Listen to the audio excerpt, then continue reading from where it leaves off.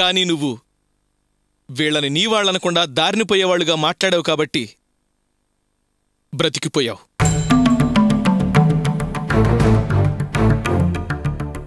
ఏమిటండి ఇన్ని సంవత్సరాలు నాతో కాపురం చేసి నన్ను అర్థం చేసుకుని తింతేనా? తాళి కట్టిన మొగుడు తర్వాతేనండి ఎవరైనాను. మీ పరువు ప్రతిష్టల్లోనూ మంచి మర్యాదల్లోనూ గౌరవంలోనూ నాకు భాగం ఉందండి. ఆ ముదనష్టబుద్ధి చేసిన పనికి మనం ఎన్ని అవమానాలు ఎంత మానసిక క్షోభ అనుభవించామో అప్పుడే మర్చిపోయానా? ఆ విషయాలన్నీ మర్చిపోయానని నన్ను కాల్చిపారేయడానికి వచ్చారా? చూడండి, మీ కోపం రావటం సహజం. మీ స్థానంలో ఎవరున్నా మీలాగే ప్రవర్తిస్తారు, శపిస్తారు, శాపనార్థాలు పెడతారు. అది సహజం, సర్వసాధారణం. జరిగిన పెళ్లి జరిగిపోయింది. ఇక దాన్నా మనం మార్చలేం. అది మార్చటం ఎవరి వల్ల కాదు. అది ఆ దేవుడు వేసిన ముడి. ఆయన విప్పలేడు. ఏదో చిన్నపిల్లలు ఒకరినొకరు ఇష్టపడ్డారు. ఆలోచించకుండా తొందరపడ్డారు. వాళ్ళు చేసింది తప్పే, నేను కాదన్ను. ఎవ్వరూ లేనట్టు అనాథలుగా బాధపడుతుంటే నేనే చూసి తట్టుకోలేక వాళ్ళనిక్కడికి తీసుకొచ్చాను.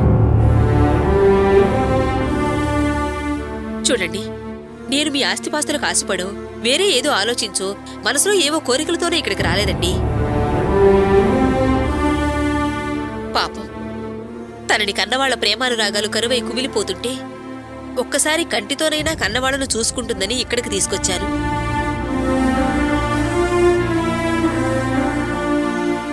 పెద్దవాళ్లు, మీరే పెద్ద మనసు చేసుకుని పిల్లల్ని ఆశీర్వదించండి.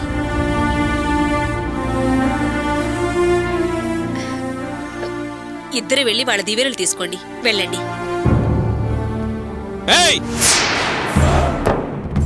ఏంటన్నయ్య గారు? ఎవడే నీ కన్నయ్య?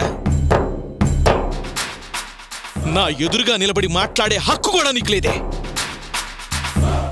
ఏవో 4 మాయమాటలు చెప్పి వాళ్ళని కాళ్ల మీద పడేయగానే కరిగిపోతాననుకున్నావు కదూ?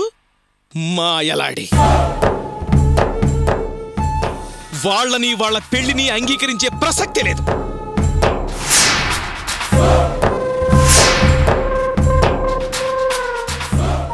అది జన్మలో జరగదు. అవుట్.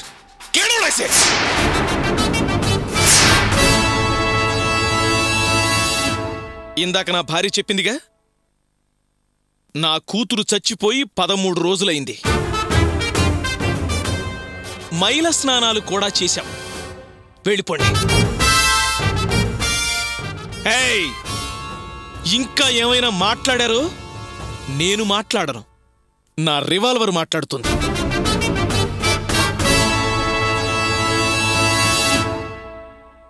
మర్యాదగా వెళ్ళిపోండి. మీరు మాట్లాడేది కరెక్టే నాన్న. అలా మాట్లాడడం న్యాయమే. మీరు చాలా అవమానాలు పడ్డారు. మానసికంగా కృంగిపోయి ఉంటారు. మీరు పడ్డ బాధ నేను అర్థం చేసుకోగలను.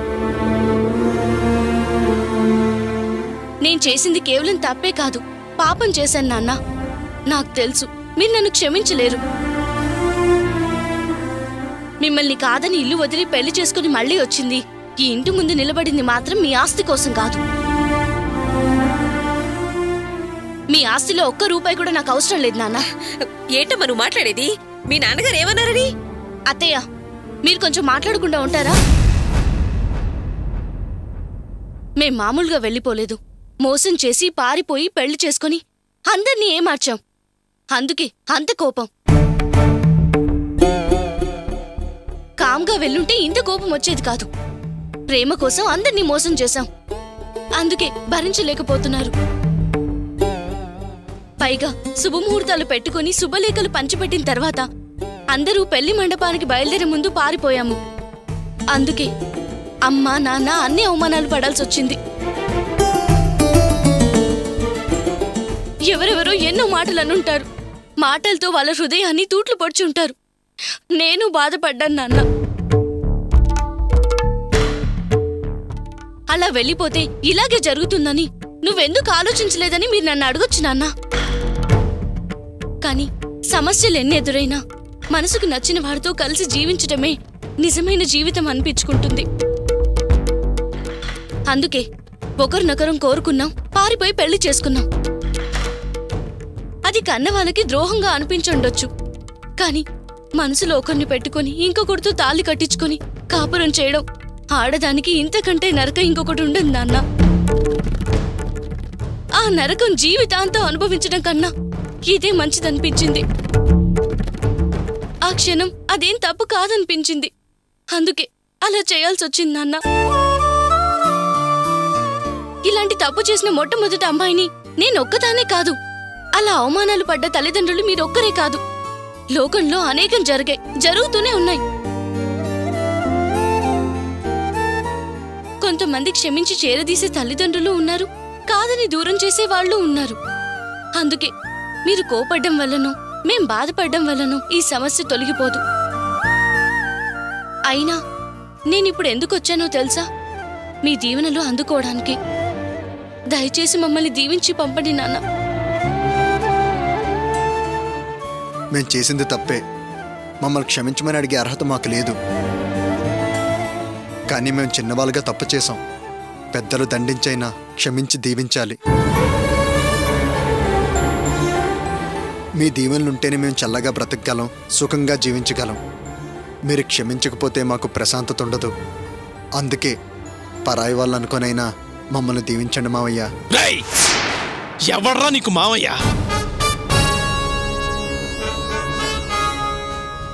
మళ్ళీ ఆ మాట అన్నావంటే షూట్ చేసి పారేస్తాను. రేయ్, నిన్ను తిట్టాలన్నా కొట్టాలన్నా దీవించాలన్నా ఒక హక్కు ఉండాలరా.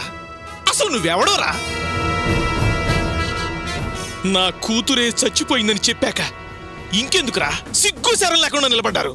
అవుట్, గెట్ అవుట్ ఐసే. మీరలాగంటే ఎలాగండి? మీరు సంబంధం లేదు, బంధుత్వం లేదు అన్నంత మాత్రాన లేకుండా పోతుందా? మీ రక్తం పంచుకు పుట్టిన కూతురేగా. పో అనగానే ఆ రక్త సంబంధం ఎక్కడికి పోతుంది? పో అనగానే ఆ తల్లితో పేగుబంధం తెగిపోతుందా? పో అనగానే పెంచిన ప్రేమ తుంచేసినట్టు అవుతుందా?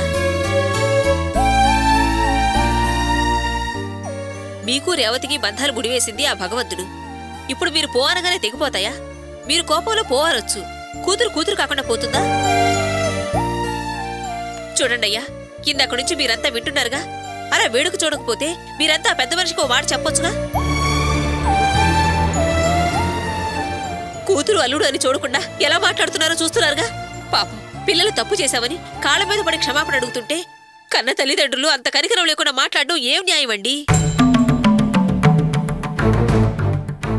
మా అబ్బాయిని ఏదో ఇష్టపడి పెళ్లి చేసుకుందే కాని తన తల్లిదండ్రుల్ని తలుచుకొని కన్నీరు మున్నీరుగా ఏడుస్తుంటే కడుపు తరుక్కుపోయి తీసుకొచ్చారు.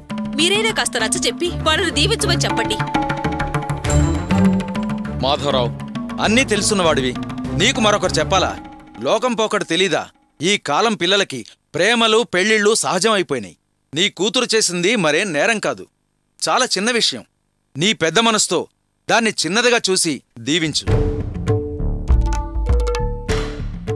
మీరు కాదనంత మాత్రాన మీ కూతురు కాకుండా పోతుందా? అతను మీ అల్లుడు కాకుండా పోతాడా?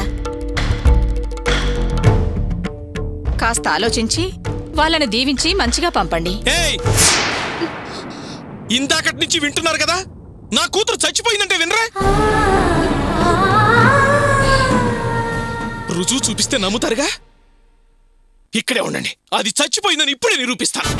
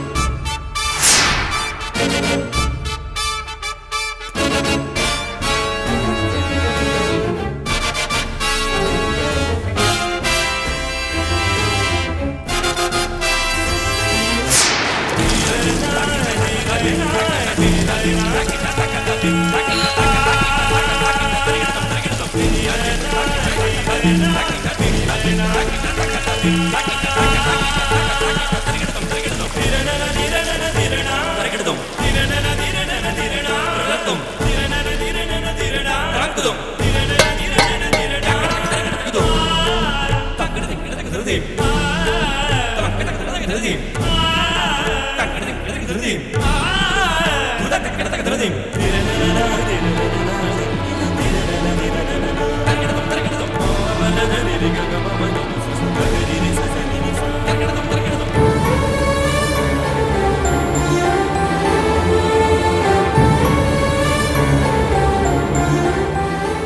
నాన్న అది చచ్చిందని మరోసారి మీ అందరి ముందు మైల స్నానం చేశాను కదా, చాలా వెళ్ళండి.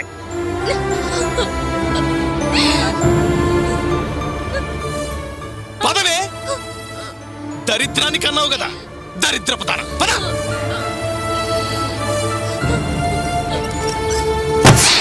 నాన్న నాన్న నాన్న నాన్న డోర్ తీయండి నాన్న నాన్న నాన్న నన్ను క్షమించండి.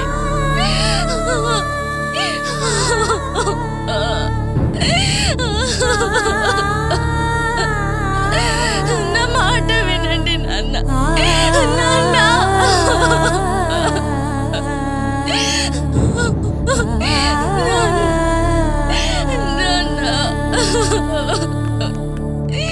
నన్ను క్షమించండి నాన్న, నన్ను క్షమించండి. ఊరుకోమ్మా, మీ నాన్న మనసు మారలేదు, ఇంకా కోపం తగ్గలేదు. ఊరుకో, రామ్మా. రేవతి నాన్న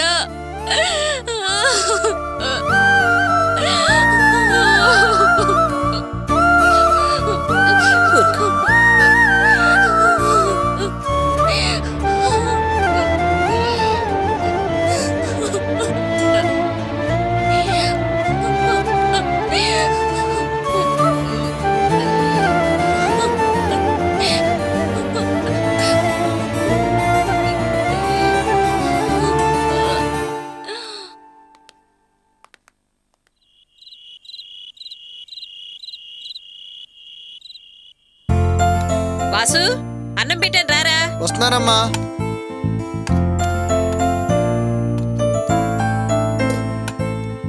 ఏంటి కూర్చుంటున్నావు? పొయ్యి మీద పులుసు పెట్టాను, ఉడుకుంటుంది, తీసుకురాపో.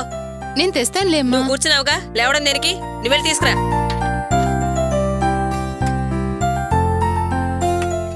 అమ్మా, ఈరోజు ఏంటి స్పెషల్? బెండకాయ పులుసు సాంబారు. ఏంటమ్మా ఎప్పుడు బెండకాయ పులుసు సాంబారేనా? చక్కగా చికెన్ మటన్ చేయొచ్చు కదా. ఇవాళకి తిన్నాయినా, రేపు చేస్తానులే. ఏంటమ్మా రేపు మా పంట? పొద్దున్నుంచి ఫ్రెండ్స్తో తిరిగి వచ్చాను.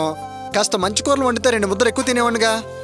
ఓ పొద్దున్న పోయి దేశాన్ని ఉద్ధరించి వచ్చావని మటన్లు చికెన్లు కావాలి నీకు. ఏంటి అన్నయ్యను కూడా లేకుండా ఆ మాటలు? పోనీలే, చెల్లెలివి చిన్నదానం చూస్తున్నా, లేకపోతే కొట్టి కూర్చోబెట్టావండి. ఏయ్, ఎందుకే వాడి జోలికి వెళ్ళేది? నోరు మూసుకొని తిను. నోరు మూసుకొని ఎలా తింటారమ్మా?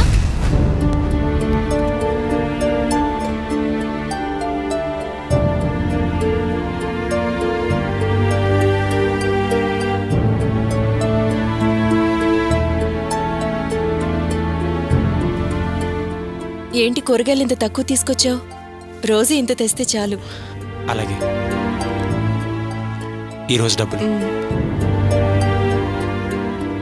ఏయ్, ఏంటి అలా గుడ్లప్పకి చూస్తున్నావు? అక్కడ ఏమైనా కోతులు ఆడుతున్నాయా? తిను తిను. ఎందుకు ఇన్ని మూరలు తీసుకొచ్చావు? 2-3 మూరలైతే చాలు కదా. ఈ రోజు ఇంత డబ్బు ఖర్చు పెడితే రేపు ఇబ్బంది పడాల్సి వస్తుంది. అలాగే మేడం. రేవతి, నా జోబులో 1000 రూపాయలు ఉంటాయి, వెళ్ళి తీసుకురావే. నీకే చెప్పేది, వెళ్ళి తీసుకురా. అంత డబ్బు నీకెక్కడి నుంచి వచ్చిందిరా? అవునరా వాసు, ఎక్కడేవరా డబ్బులు? ఆ డబ్బులు రాని అమ్మ, చెప్తాను. అమ్మకివ్వు, తీసుకో అమ్మా. ఎక్కడేవరా ఈ డబ్బులు? అమ్మా, నాకు ఇంతమంది ఫ్రెండ్స్ ఉన్నారు. ఎవరిని అడిగినా వేలకు వేలు ఇలా ఎడవంచే తీసిరి పారేస్తారు. చాలా మంది అనుకుంటారేమో డబ్బు లేకపోతే ఎలా బ్రతుకుతారని. నాకు తెలుసు నా ఫ్యామిలీని ఎలా పోషించుకోవాలో.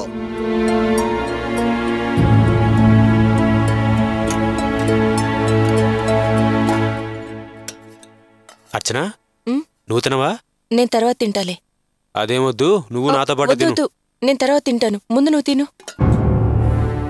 అర్చన, ఏంటి అదోలా ఉన్నావు? నేను బానే ఉన్నాను. నువ్వు తిను. లేదు, నీ మొహంలో ఏదో తేడా కనిపిస్తోంది.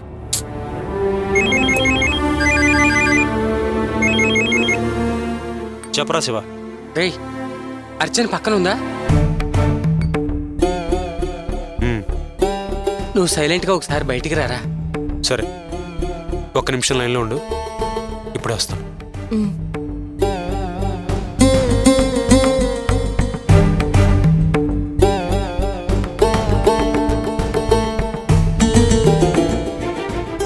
చెప్పరా శివ. మరేం లేదురా, నీకొక విషయం చెప్పాలి. అది ఎలా చెప్పాలా అని ఆలోచిస్తున్నా. నాకు చెప్పడానికి మొహమాట పడతావేంట్రా? ఎక్కువ ఆలోచించకు, చెప్పు. ఇవాళ మా ఆవిడ మీ ఇంటికి వచ్చిందిరా. అప్పుడు మీ అమ్మ... మా అమ్మ చల్లైనవునందా? లేదు లేదు, తన్నేమనలేదు. అర్చననే. అర్చన్నేమందంట? అప్పుడే ఆ జయంతి వాళ్ళ అమ్మ చింతామణి మీ ఇంటికి వచ్చిందంట. ఆవిడతో వాసు భార్య తాళికి పూసలెక్కించాలనే మాట మీద అర్చనకి మొగుడంటే బొత్తిగా గౌరవం లేకుండా పోయింది. అది ఇది అని ఒక రకంగా అర్చన మనసుకి బాధ కలిగే విధంగా మాట్లాడిందంటరా. ఈ విషయాలు నువ్వు మీ అమ్మని తప్పుగా అనుకోవడం కోసం మాత్రం చెప్పడం లేదురా. పొద్దున్నే నువ్వు పనికి వెళ్తావు, తిరిగి రాత్రి ఎప్పుడుకో వస్తావు. అప్పటి వరకు అర్చన ఒంటరిగా ఉంటుంది కదరా. మళ్ళీ వాళ్ళ మధ్య మాటామాట పెరిగి గొడవలేమన్నా అవుతాయేమోనని జాగ్రత్తగా ఉండటం కోసం చెప్తున్నానురా. అందుకేనా అర్చన అదోలా ఉంది? సర్లే బావా, నేను చూసుకుంటాలే. అరే, నువ్వేం గొడవేం చేయకు. మీరు వేరేగా ఉన్నారు, అనవసరపు మాటలొద్దు, గొడవలు సృష్టించొద్దని మాత్రం చెప్పు. సరేరా, చెప్పావు కదా. ఇంతకీ భోంచేసావా లేదా? లేదురా, భోజనానికి కూర్చున్నాను, ఈలోపు నువ్వు ఫోన్ చేసావు. సరేరా, ఉంటాను. సర్లే, జాగ్రత్త.